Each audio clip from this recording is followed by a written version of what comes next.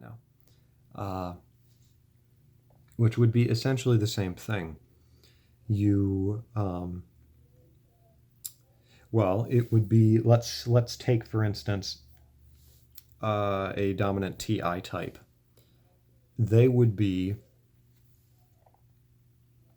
I'm probably going to pause a lot here. I know it, when I watch myself, sometimes it drives me crazy. The dominant TI type would be taking, okay, here's how it would be. It's not that they would be ignoring, it's not that they totally ignore the extroverted facts, these external facts that are sort of related to SE, and that it's I want to know about the fact in and of itself, and then technically you're actually, or secretly, you're sort of using those facts. They're all from your own point of view in terms of this FI narrative or something like this. But you're taking those external facts, but TI always wants to try to subordinate them to a single theory or to a couple of theories or something like this. They always want to unite it in order to understand it. And the motion is rather similar to SE moving into SI. You're trying to kind of abstract from these individual facts. Sorry, I feel like Slavoj Zizek. I keep wiping my nose. I've watched a little bit of him. He's funny. But anyway, I relate to his tics, and I keep wiping my nose. Sorry. I'll stop drawing attention to it. Anyway, same essential motion with Fi to Fe, where Fi is it's an internal what was I going to say? It's like you have this internal narrative, but it's your narrative, and it's from this one context. And Fe is always trying to abstract away from that and say, but I want to learn about other people's contexts. I need to know what they are feeling. But it's not in the Fi sympathetic parallelism way, because Fi can do that. They empathize, and they can empathize remarkably well, but it's always by sort of literally in their mind putting themselves into the shoes of the other person. It's like they're trying to embody the other person in their own mind. And that's kind of what Ni does in this perception way. Fi, it's much more intense. But Fe doesn't do that. Fe is trying to understand in the abstract in a way. That's the only way I can describe it. I mean, it's obviously feeling, and it's not that it's cold at all. But that's why to Fe can seem not even so much fake as just shallow, or there isn't this depth to it, because it's you're just doing the socially acceptable thing, or not even socially acceptable, but you're doing this, you're running through this program almost. From Fi's perspective, it's there's no depth of feeling here. There's no personal experience. You're just running through the motions almost. It's you're executing, make person feel better program number 2, which you've abstracted out from experience. And that's what makes Fi get irritated, especially in types where the Fi is tertiary, because then the Fe is it's extra alienated, and I'm going to get into that in a minute, because do I have time? I do. I've got a little bit of time. I'll probably have to talk about it a bit more in another video, where I'll have more time, but I'm going to try to get into it a bit. But you get this idea where that's kind of the motion for an Fe type, is it's always this abstracting motion where you're trying to get to these larger ideas of feeling, which correspond with these internally held but still abstract thinking principles. And the opposite motion is you start from this position of abstraction, but you're trying to concretize it.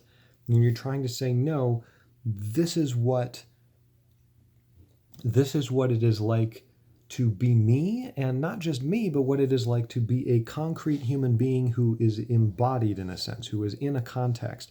Kierkegaard, great example. and a lot of INFPs too. Kierkegaard's probably the purest philosophical example of this, where he literally spends a lot of time, especially in concluding unscientific postscript, where he's like making fun of what he perceives to be people being way overly abstract. And it's like, no, you've got to live an actual life as a human being. Basically, he's trying to contextualize things. He's trying to say, stop abstracting and actually live in a body as a human being, where there are facts that are facts for you, and it's the same thing as saying there are values that are values for you. And the facts aren't just facts for you, they're facts for everybody, but the values are for just you. And it's the complete opposite of the other type, where it's like, no, your feelings are, there are certain feelings that people experience that can be, no, I lost the thread there. I don't know where I was going with that. So that's kind of how, and I was interested as I was doing this, because I realized that I feel like I understand much better that essential motion, that overall more extroverted motion from TEFI towards FETI. I understand that more intuitively. But on the other hand, I understand that more introverted motion from NESI towards NISE. And being able to sort of compare and contrast them is very, very helpful for understanding them. So I hope it was helpful for you.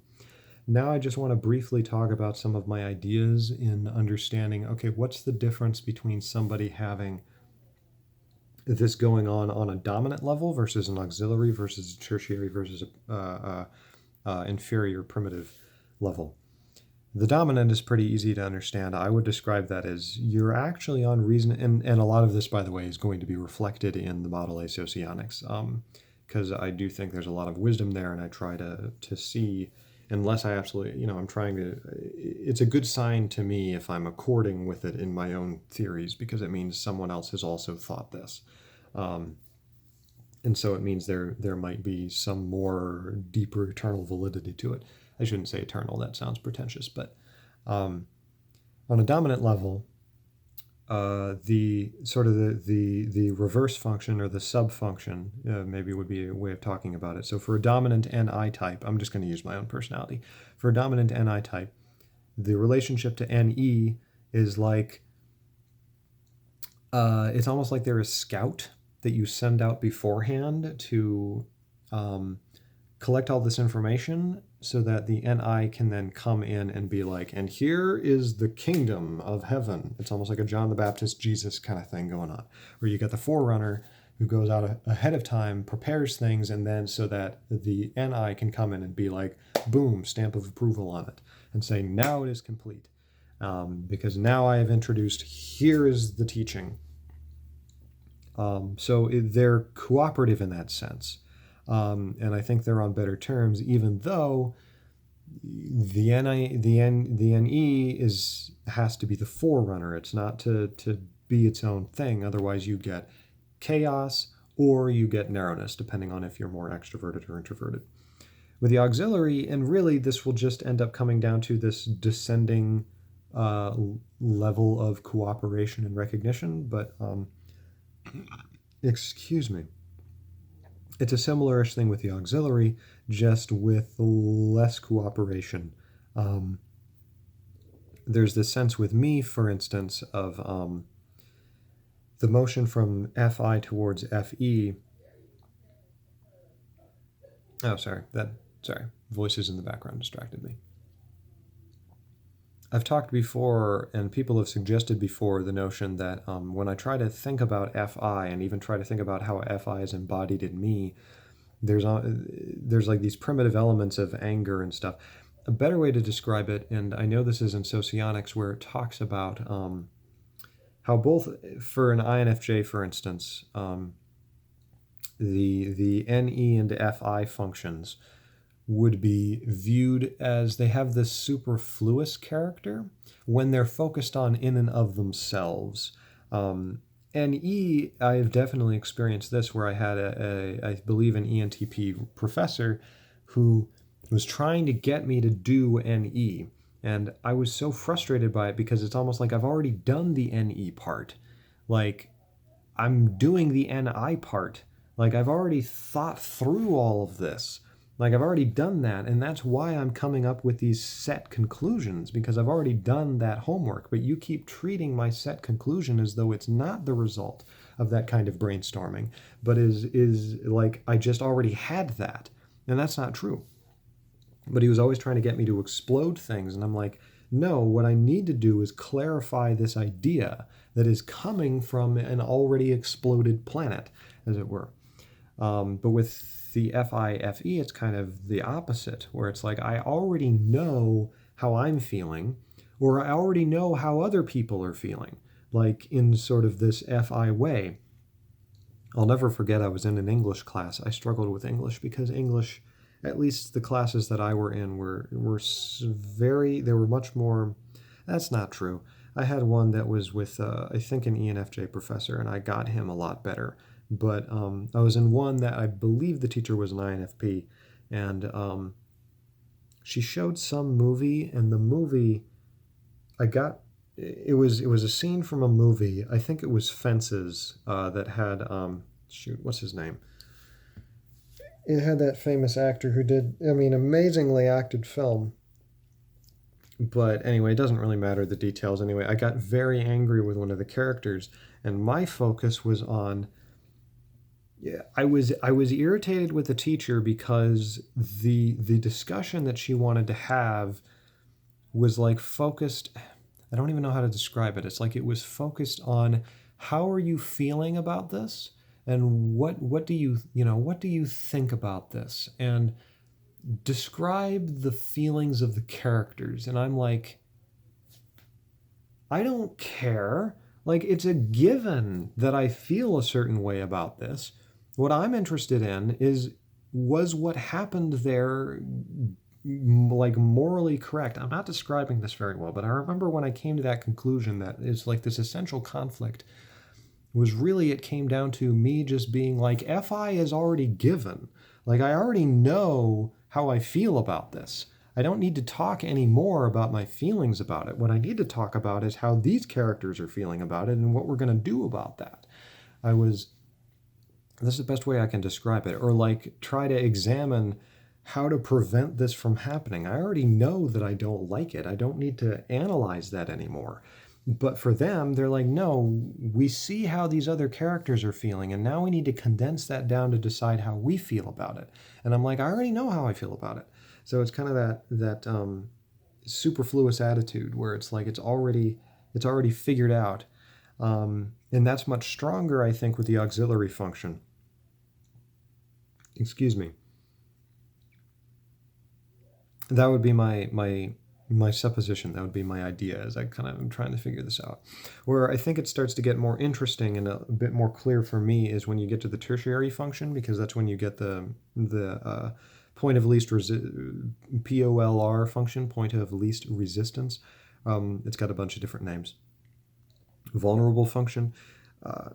And it's like once you get to the tertiary level, it's like the opposition there gets much stronger, because there's this like much more of this a much greater frustration and feeling of being threatened by the opposite of the tertiary function, in my case extroverted thinking, where there's this sense of being irritated, especially when you see it as being dominant in another person, and feeling threatened by it. I think that is because the tertiary function is not as well, it's weaker, for lack of better words. It's not as well developed, and so you're trying to bolster it, and then in comes the opposite motion, and it's trying to like mess up all of this hard work that you've done and threaten it. And I know that's how it often feels with TI, where it's like TE comes in trying to slay my principles with facts, and it's like the principles are already not very. It's like it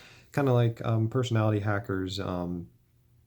Classic image where they compare the functions to people in a car, where you have the driver and you have the person in the passenger seat, and then you have the I can't remember if it's the 5-year-old and the 2-year-old, I think were the ages, something like that. And it's almost like you want to protect your TI. For me, it's like I want to protect this TI 5-year-old from some school bully, on the playground.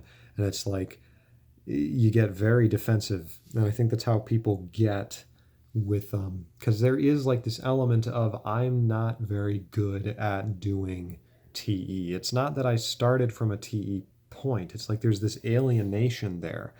And the alienation actually weakens the tertiary function and makes it so it's not actually able to do fully what you wanted to do until you can reconcile them. But it's so hard because there's just been this alienation. And I've been exploring that a little bit in the book, and maybe you have some ideas on that. But finally, the bottommost, it's like the alienation has become so great that you don't even recognize the function that the function you're at came from. So it's almost like, because for me, as I've really started to feel like I start to understand SI, it's almost like